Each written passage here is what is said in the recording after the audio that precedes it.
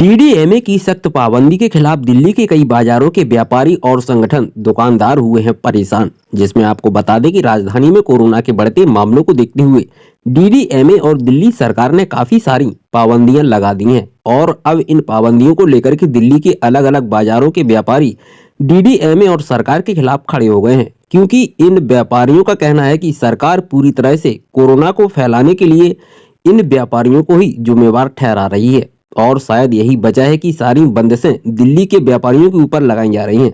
और इसी कड़ी में वेस्ट दिल्ली के राजौरी गार्डन मार्केट में एक प्रेस वार्ता का आयोजन किया गया और अपनी अपनी समस्याओं को मीडिया कर्मियों के सामने रखा गया है।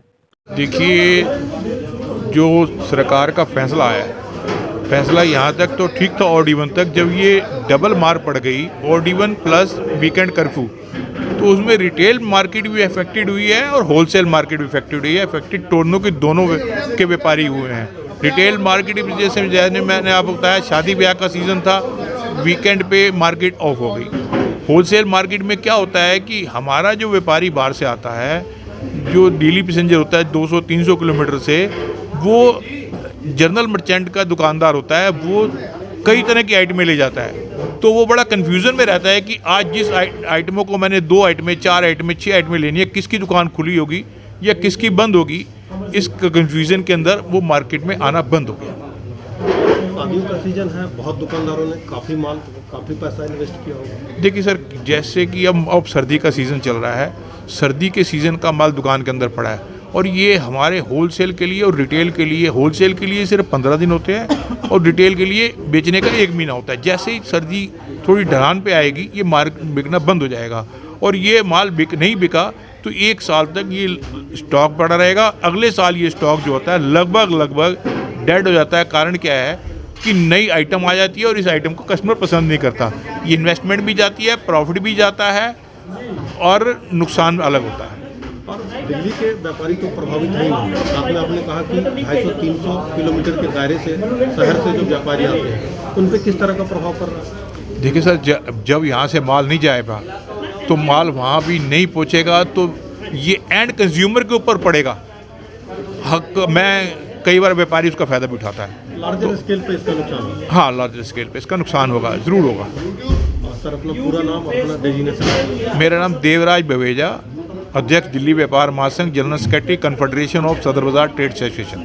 सर, अगर नुकसान की बात करें तो पहला लॉकडाउन लगा, दूसरा लॉकडाउन लगा, तब अगर कोई इस तरह के आंकड़े या क्या कोई अंदाजा कि कितना नुकसान हुआ, क्या उसकी भरपाई अब तक हो पाई थी जो तीसरी बारी?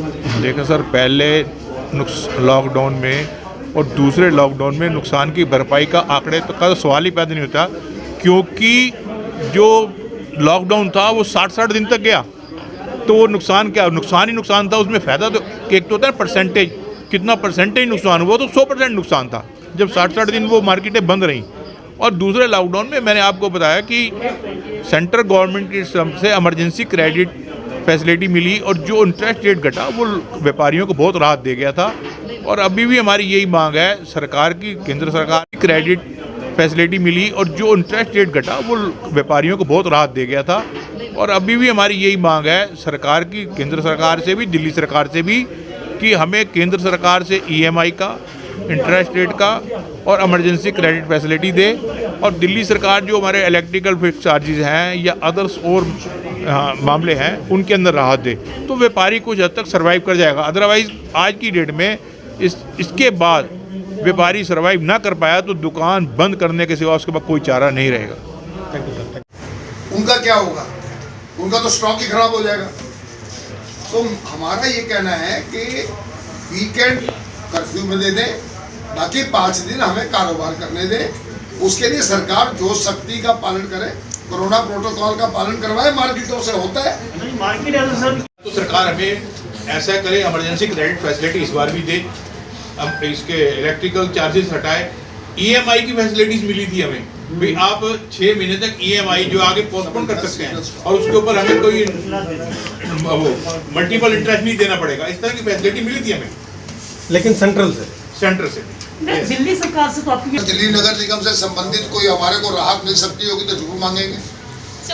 देखिए, मैं दिल्ली से मोहम्मद अजीज सैफी की रिपोर्ट।